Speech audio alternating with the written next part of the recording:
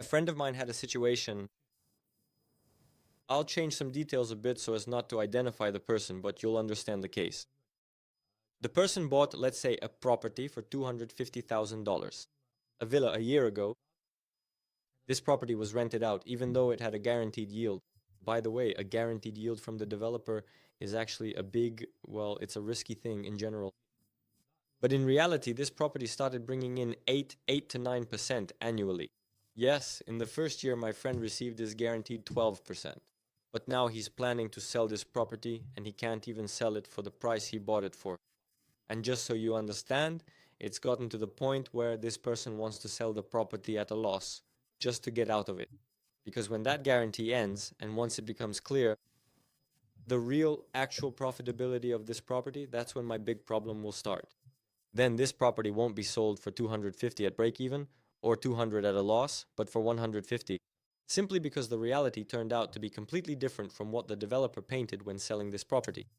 Therefore, when you choose a property, pay very close attention to these guarantees because a guarantee should have a real basis. Often the developer just adds it in for themselves. They include it in the expenses, simply add it from their own profit, and set a high price for the unit.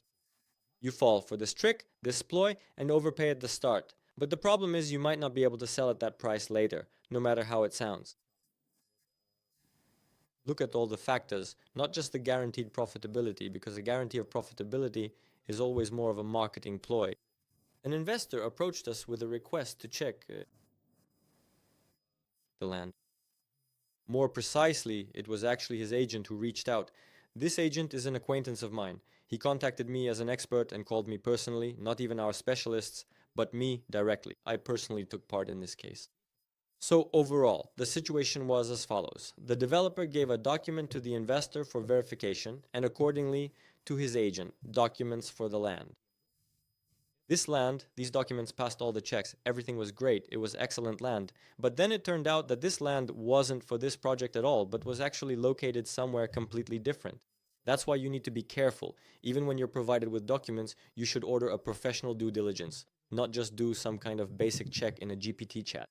And you shouldn't turn to questionable specialists either. Of course, we saved this investor's money because 100% there would have been a loss of capital. Flippers. Beware of flippers.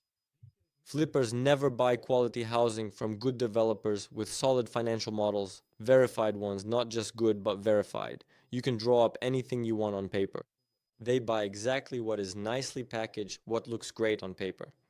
Why does this happen? Because they buy based on appearances and they will sell based on appearances. That's why you should beware of flippers. And don't think like that yourself. I'm not trying to paint flippers in a bad light. Of course, not all flippers are like that. I'm just illustrating the principle. Never buy just based on appearances and never count on getting in quickly, getting out, reselling, and then not caring what happens next. There are a number of cases where even my close friends ended up in situations where they got involved with an unreliable developer in a bad project, which turned out to be very, very problematic in the end, and they tried to get out of it. So you end up feeling as though you're deceiving someone, almost like you're trying to sell something that is actually bad. That's why flippers, in most cases, never do a truly deep check. Buy as if you were buying for yourself, as if you wanted to own this asset for 20 years. Then you'll approach things differently. You'll treat in general the details of the deal differently. There was a case on the market when our technical supervisor visited a developer. And it was just a devastating review. You can't even imagine. Yes, he gave them one. Of course, we won't show this report. We simply refused the developer, but it was just a disaster there. Yes, I mean, it's just terrible. The materials they're using, the way they're building, and so on. To cut the story short, our technical supervisor presented the report. We refused the client. We forbade the client from investing in the developer. And then a representative of the developer calls and offers our specialist money to change his opinion. This is an outrageous situation, and they say everyone has their price. Maybe that's true, but you can't sell out. You can't sell your reputation, not even for a day, not even for a lot of money. Because basically, that's the end for you, in business terms, financially, economically. You would completely destroy your reputation, and without a reputation, we're nobody. Not just us, true real estate, but in general, any person, absolutely anyone, cannot survive in the business world without a reputation. for long. So of course we refused. First of all, the technical supervisor, right away, this person, our specialist, called me and told me the story. We laughed about it.